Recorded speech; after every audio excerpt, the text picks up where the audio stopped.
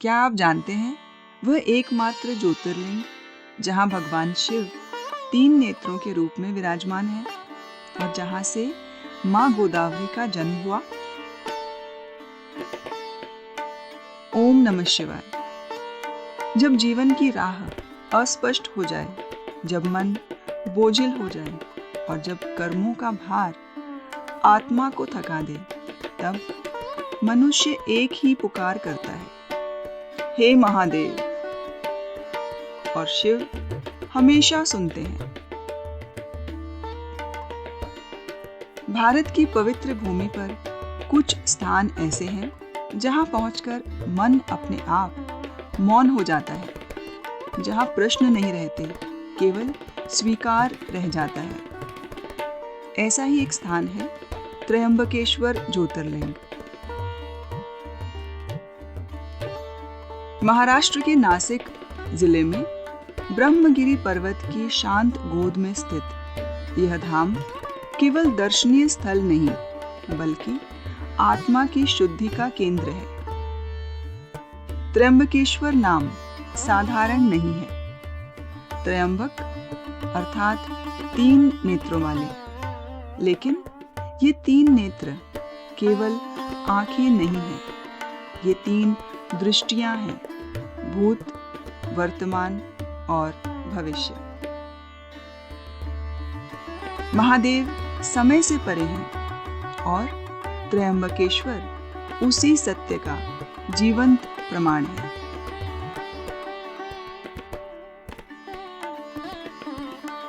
मान्यता है कि त्र्यंबकेश्वर का शिवलिंग 3 शक्तियों का एकत्र स्वरूप है। ब्रह्मा यानी सृष्टि, विष्णु यानी पालन और महेश यानी संहार। जहां ये तीनों संतुलन में हों, वहीं जीवन सार्थक बनता है। और यही संतुलन त्र्यंबकेश्वर सिखाता है।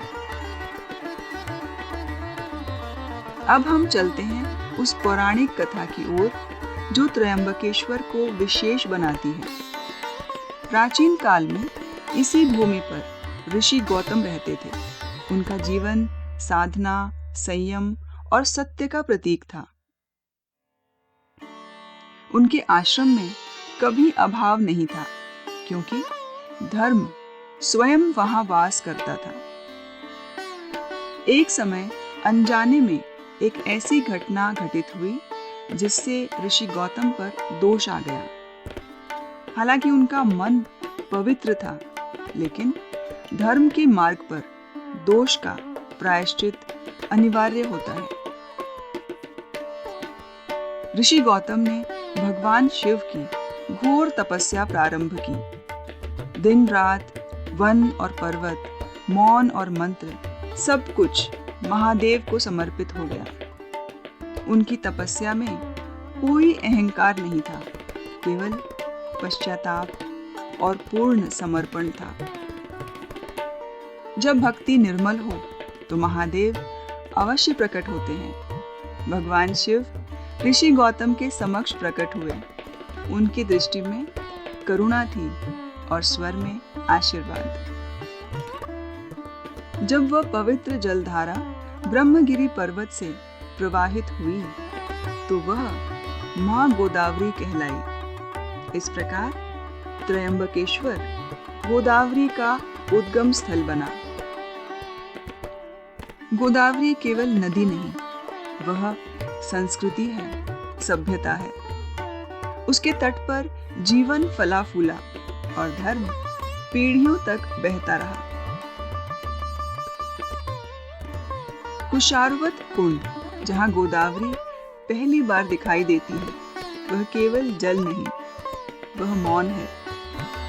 यहाँ खड़े होकर मनुष्य अपने भीतर झांकता है। कहा जाता है जो कर्म अधूरे रह जाते हैं वे पितृदोष बनते हैं। त्र्यंबकेश्वर उन कर्मों को शांत करने का स्थल है। यहाँ की गई पूजा 7 पीढ़ियों तक संतुलन लाती है। संध्या का समय, दीप जलते हैं, घंटियां बजती हैं और जब हर हर महादेव गूंजता है तो लगता है मानो समय थम गया हो। भक्त स्वयं को महादेव के अत्यंत निकट पाता है।